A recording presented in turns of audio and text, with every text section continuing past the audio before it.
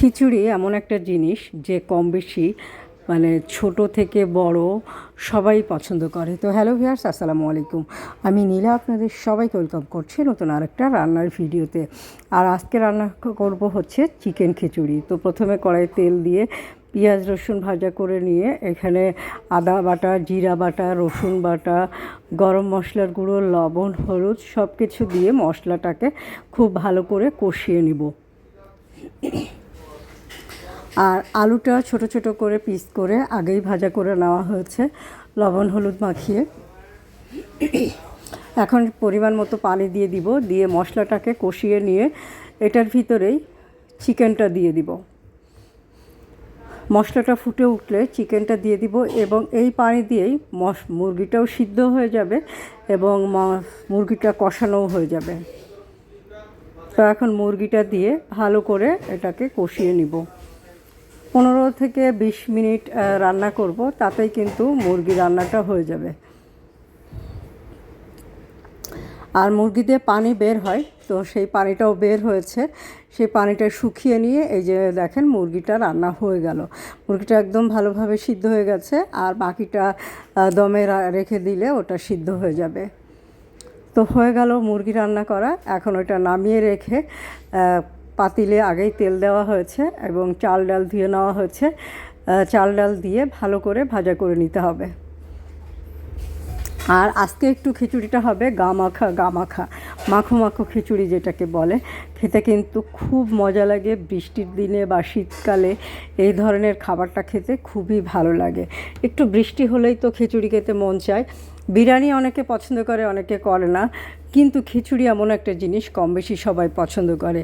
এখন এটার ভিতরে গোটা গরম মশলা, লবণ, হলুদ এবং মরিচের গুঁড়া, সামান্য একটু জিরা গুঁড়া, আদা বাটা, রসুন বাটা দিয়ে চালটাকে একদম ঝুরঝুরা করে ভাজা করে নিতে হবে এবং কয়েকটা কাঁচামরিচও দিয়ে দেওয়া হলো।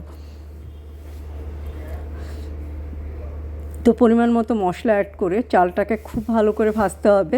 চালটা মিনিমাম 15 থেকে 20 মিনিট ভাজা করলে চাল এবং ডাল একদম ঝুরঝুরা হয়ে যাবে। তো কালারটাও খুব সুন্দর এসেছে চাল ডালের এবং ভাজাটাও কমপ্লিট। এখন এটার ভিতরে পরিমাণ মতো পানি অ্যাড করতে হবে। যতটুকু চাল ডাল নেবেন তার ডাবল পানি দিতে হবে। আর খিচুড়ি রান্নার ক্ষেত্রে চাল যতটুকু নেবেন তার অর্ধেক পরিমাণ ডাল নেবেন এবং চাল ডাল যতটুকু হয় তার ডাবল পরিমাণ পানি দিলেই কিন্তু আপনার খিচুড়িটা ঝরঝরা হয়। আর যদি মাখো মাখো রাখতে চান তাহলে পানিটা একটু সমানই দিতে হবে। তবে যদি একদম ঝুরঝুরা করতে চান, যেহেতু মাংসের ভিতরে একটু ঝোল থাকে, সেই ঝোলটার যে পরিমাণ পানি থাকে ওই পরিমাণ পানি একটু কমিয়ে দিলেই আপনার ঝুরঝুরা হবে আর মাখো মাখো হবে সমান পানি দিলে। এখন চাল ডালটা ফুটে উঠেছে পানিটা, এখন দিয়ে দেওয়া হলো মাংসটা দিয়ে আরেকটু জাল করলে মাংসটাও একদম প্রপারভাবে সিদ্ধ হয়ে যাবে। আলুটাও দিয়ে দেওয়া হয়েছে, আলুটাও সিদ্ধ হয়ে যাবে। দিয়ে একটু নাড়াচাড়া করে দেওয়া হচ্ছে যাতে মশলা এবং মুরগিটা পুরো চাল ডালের সাথে ভালোভাবে মিশে যায়। তো এখন ফুটে উঠলে একটা ঢাকনা দিয়ে ঢেকে দিতে হবে। ঢেকে দিলে হয়ে যাবে চিকেন খিচুড়ি। তো এভাবে কে কে রান্না করেন একটু কমেন্ট করে জানাবেন। আর খিচুড়ি রান্নার শেষে যদি একটু ঘি দিয়ে দেওয়া হয় তাহলে স্বাদটা অনেক ভালো আসে, কিন্তু আজকে আমাদের দেওয়া হয়নি। খিচুড়ি রান্নার পরে একটু ঘি ছিটিয়ে দিলে বেশ স্বাদ লাগে। তো হয়ে গেল খিচুড়ি রান্না, মাখো মাখো খিচুড়ি। আর বৃষ্টির দিনে আমার তো এ ধরনের খিচুড়ি খুবই পছন্দের। আর যেটা আমার সবচেয়ে বেশি পছন্দের, খিচুড়ির সাথে পেঁয়াজ এবং শুকনো মরিচ ভাজা থাকবে, সাথে থাকবে আম তেল বা আচারের তেল, যে কোনো ধরনের আচারের তেল হলে খাবারটা একদম মজে যায় আর একদম মাখো মাখো হয়েছে, তাই না?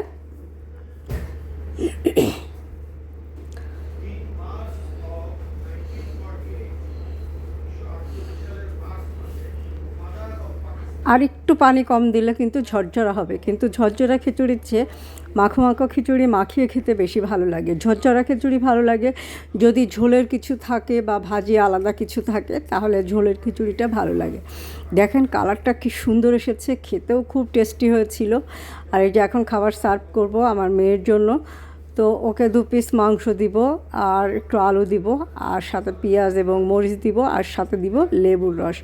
ও হচ্ছে আচারে কোনো তেল খেতে চায় না, এই কারণে ওকে লেবুটা দিব। তো লেবু দিয়েও পেঁয়াজ মরিচে মাখিয়ে নিলে খিচুড়ি খেতে খুব ভালো লাগে। তো আজকের মতো আমার রান্নাবান্না কমপ্লিট। আর রান্নাটা কেমন হলো, যারা ভিডিওটা পুরোটা দেখবেন তারা ছোট্ট একটা কমেন্ট করবেন, এবং যারা কখনো এভাবে খাননি একবার হলেও বাসায় তৈরি করে খেয়ে দেখবেন, খেতে কিন্তু বেশ লাগে। আর বৃষ্টির দিন হলেই কিন্তু খিচুড়ি খেতে হবে, এটা একদম লিখিত একটা নিয়মের ভিতরেই থাকতে হবে, এরকম একটা বিষয় আমার কাছে। তো খেতে খেতে বিদায় নিচ্ছি। ভালো থাকবেন, সুস্থ থাকবেন।